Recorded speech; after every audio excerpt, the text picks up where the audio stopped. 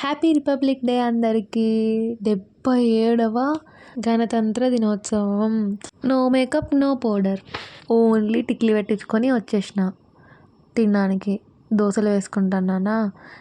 Every year స్కూల్లో, కాలేజ్లో ఉన్నప్పుడు అస్సలు మిస్ అవ్వకుండా వెళ్ళేటోళ్ళం. ఇక స్కూల్ కాలేజ్ అయిపోయిన తర్వాత ఇంకేముంటుంది, ఇంకేం లేదు. అంతా ఇంట్లో దోశలు వేసుకొని బతకడమే జీవితం. ఇంకంతే. కానీ ప్రోగ్రామ్స్ పెట్టారు, సౌండ్స్ వస్తున్నాయి, మామూలు సౌండ్స్ రావట్లేదు అసలుకి. నేను ఇక్కడ సౌండ్ ఆఫ్ చేసిన కాబట్టి సరిపోయింది, కానీ లేదంటే దద్దరిల్లిపోతుంది మా అపార్ట్మెంట్ మొత్తం. అంత సౌండ్, అన్ని సాంగ్స్. అబ్బా, పొద్దుగాల 5:30, 6కి స్టార్ట్ అయింది డీజే సిస్టమ్.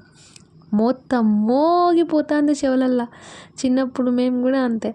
బాయిలోనే బల్లి పలికే సాంగ్ ఉంది కదా, మంగ్లీ వాడింది మధ్య కొత్త సాంగ్. ఆ సాంగ్ చేసి వస్తున్నారు ఆ పిల్లలు. కాస్ట్యూమ్ అదే. అసలు మా అప్పుడు అయితే వెళ్ళినామా, నీట్గా డ్రెస్ చేసుకున్నామా, వెళ్ళినామా, ఫ్లాగ్ అయిపోయిందా, ఒక లడ్డు, ఒక మిక్చర్ ప్యాకెట్ విత్ లడ్డు ఇచ్చేవాళ్ళు. వెళ్ళి తిన్నామా, ఇంటికి వచ్చేసినావా. 9:30 కల్లా ఇంటికి వచ్చేసేటోళ్ళం.